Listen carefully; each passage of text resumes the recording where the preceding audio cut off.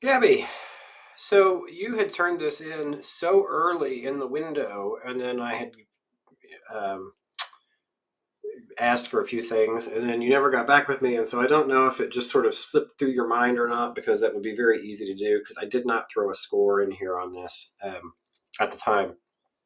And so I have I have your cover letter and a portfolio, or this mention of it. I had asked if you had the drive or something, but I haven't heard back on that. So I'm going to look at this from the cover letter and the resume standpoint. I'm recording the video only because I've done this for everyone. It can be useful sometimes to just sort of see how a person engages with things in real time. Also, because I have skimmed everyone's stuff, I've skimmed yours, but I haven't actually read through them sort of line by line. And so I only get one shot to do that, sort of fresh. And so I'm going to record it as I do. And one thing that I notice that's, I don't know if it's interesting or not, but it's just different, is that everyone else has put their education skills above their experience, but you've got your experience listed there first. And, you know, you've got, I don't know what the different, oh, I see, hostess to waitress. Gotcha, gotcha, gotcha, gotcha. Okay. Um, I don't know what your future career goals are. Maybe it's down here. Um, as a sophomore, a passion for creating engaging content and leveraging digital tools makes me eager to contribute to your marketing team's success. What sets me apart is my enthusiasm for blending creativity with strategy. I enjoy analyzing data to uncover trends and insights that inform compelling campaigns. You'll notice that, by the way, I didn't even read this paragraph, and that was by design because, like I've said, I'm just recording this as I would actually read through these. Didn't even read it because here's the thing. Um, I got this from my old boss, Lindsay, years ago, and I heard it from her at the time when I was an intern, and now as a much older adult, uh, I recognize that she was right, which is that by design, the order of the universe, sort of the order of operations, is that people end up doing lots of service retail jobs, right? It's working at the Gap, it's working at the diner, it's working at the Steak and Shake or wherever it is, right? And those are all things that people do because that's what people do. You know, you lifeguard in the summer when you're in high school, kind of a thing. Totally get it. Uh, when you're looking towards professional employment, or what we will call professional knowledge work employment, this stuff doesn't really matter that much. Quite frankly, I don't even know that most people would particularly care on a professional level if you'd ever had a job at all to begin with. Like, if you didn't even have these on there, I don't even know that I would care. And the reason is because I know exactly what those things are. There's just nothing about them that particularly applies to me as a sort of business person of why I would care, unless I was hiring you to work in another restaurant, right? In which case I would care. But if I'm hiring you to, or interacting with you for the sake of understanding your ability to do marketing work, as one example, this doesn't give me that unless you told me that you also did, like, I don't know, marketing for the diner or something, but it doesn't look like you did. And then looks like here, same with the construction stuff, you know, cool. I just don't know that it applies for much. And so engaging with the world as it is, not as we wish it would be, when you're talking with a potential employer, this is an economic transaction. And it's harsh and it feels cold to say it that way, but that's just sort of what this is. This is an economic transaction where I pay you money and you give me your time and skill. And my calculus is, if I hire Gabby for X dollars, I'm going to be able to create a profit with her skills and her work that will make me Y dollars in profit. And if you don't make me money, then this just does not work out for very long. And that's how people get laid off. So the calculus here is, how can you help me make money? That's the thing. And so none of this particularly applies for that. And I don't know that I would necessarily suggest that you remove it. I'm just saying that at the very least, I don't know that I'd care that it's at the top. I think that I would at least put it at the bottom. And I don't know that I think it's something that we need to get off of there. And I get it if you're a sophomore, that you haven't had an opportunity to develop that yet. And so it's what you've got, right? And so that's totally fine. However, here's the thing. Two things. One, when you list your education and you say bachelor's in digital media and storytelling, that's fine.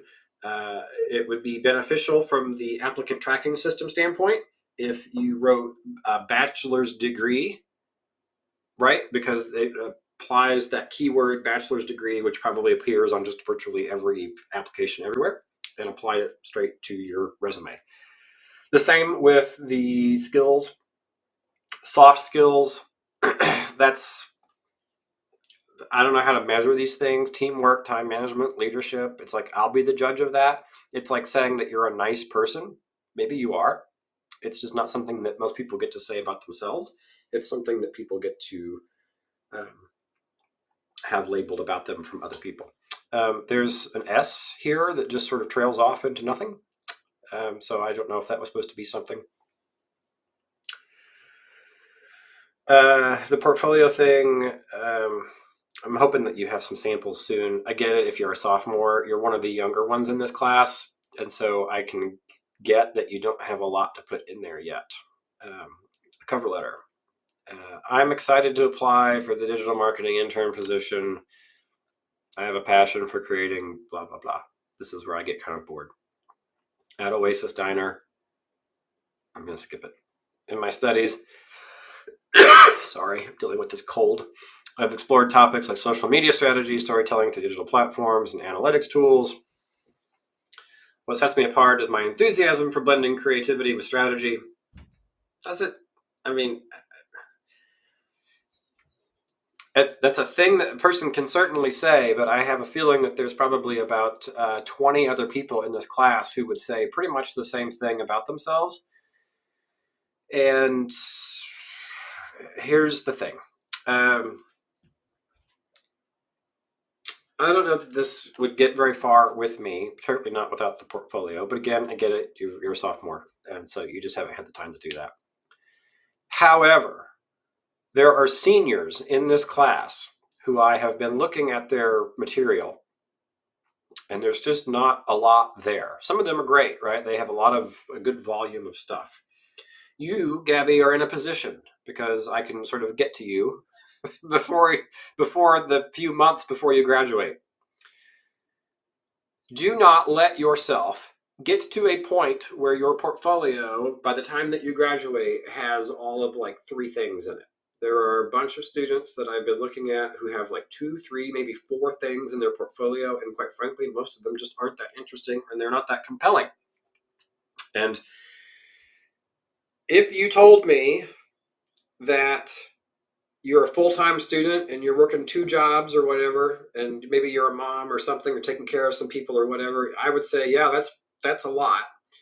But if you also told me that it's like, well, actually, I just kind of work part-time and I go to school, you have an opportunity here to be a person who can, if you can be self-directed, to sort of say, I can actually produce this stuff, right? I could be doing marketing work for people, even if I don't get paid for it, unfortunately. But you could be doing this stuff.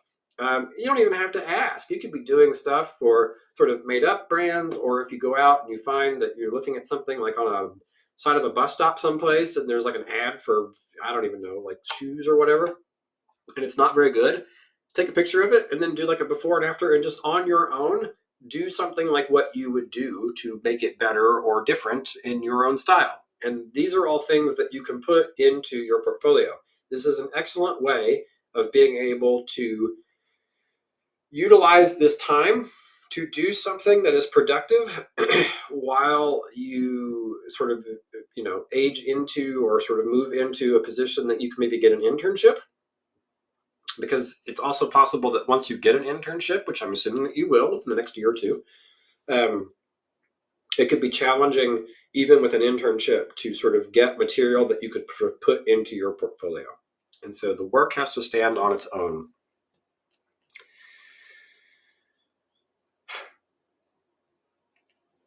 So that's what we're going to do. Clean up this little bit down here. Let me know if you've got like a drive or a Dropbox or just something of just some stuff that I can look at. That is a valid way that if you don't have a portfolio site per se, that you can just sort of say, I have some work samples. It's just sort of organized in some folders. Here's a Google Drive link. That's totally workable.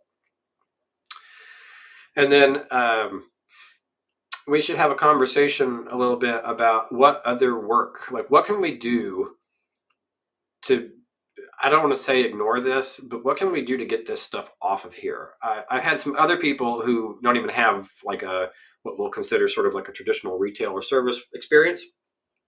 And I have suggested that maybe they just put independent experience as opposed to freelancer, because freelancer seems kind of dumpy, but independent experience. And you could put things in there of like material that you've been working on related to clubs or groups or services or nonprofits or just on your own, that even if you don't have that stuff yet, you could start working on that now. And if you sort of set the goal of making one or two things a semester, you could have quite a bit more than a lot of your peers will probably when they're seniors, and you'll be far ahead of them. I'm not kidding. At least in this class, you get the opportunity to do your own final. Like your midterm will determine what you decide to do for your final. That's up to you. You get to propose that. And so I would propose that and look at it as an opportunity to do something that, even if you don't get paid for it, that you could include sort of in this space as like independent experience. Because again, I don't disrespect this at all, that working in a diner or construction, it just doesn't answer to the employer, what are you going to do for me to help me make money? Because those things just don't relate that well. Okay. And then for the cover letter, read the announcement that I posted earlier this week, because it definitely applies for you in this as well. How can you turn this into a bit of a you-focused statement and make it such that it applies to me? The example that I've been giving to some other people is that if you imagine, Gabi, that I was going to sell you a car and I said, hey, Gabi, I have a car. It's red. It's my favorite color. I love this car. It was the car that I took on my first big road trip. That's not very compelling to you, most likely. In fact, you probably hear that and think that sounds like a lot of miles on a road trip, right? But if I said, hey, Gabi, I have a car that you're going to love because it's super reliable, it has brand new tires and new battery, and the transmission is in excellent shape. It's going to be rock solid, so every time, even on the coldest central Indiana mornings, you're going to be able to walk outside, you're going to be able to turn that key, and that car is going to start every time, no questions asked for 10 years. That's something that is much more compelling as an argument about why you should sell that, which is why I'm calling this marketing yourself. Because one way that you do that is that you focus on the benefit to the user. In this case, you might say something like, hey, you're looking for somebody who has X, Y, and Z, and you can pull that from a job description. And I have this in part because even as a waitress or a hostess at the Oasis Diner, I was able to sort of pull these certain skills in here. My experience at Indiana University enables me to do some of these things that could benefit you, like A, B, and C, right? And if you can flip that around into what's the benefit for me, not just as your instructor, but as sort of a generic employer, you get attention that way. Otherwise, you are one of probably literally 20 other people in this class, and I had 18, 19 people in this class who all started a cover letter with the, I am excited to apply for this position at blah, blah, blah. And you have to recognize that from the standpoint of person maybe getting multiple of those, it makes you all sound sort of Borg-like. I get maybe why that's instructed as sort of a template for that, but man, I wish that was a little bit more unique, because right now it just seems like there's a lot of sameness across that. So work on that. I'm going to do what I'm doing for everyone else on this, which is that I'm going to give you 50. It doesn't necessarily mean that you're failing this or that we're not even halfway done with this project. I think that you're a little bit further along than that, actually. I'm just putting that in there as an indication that we are just halfway done with this conversation. Okay, good start here. Let's keep it going.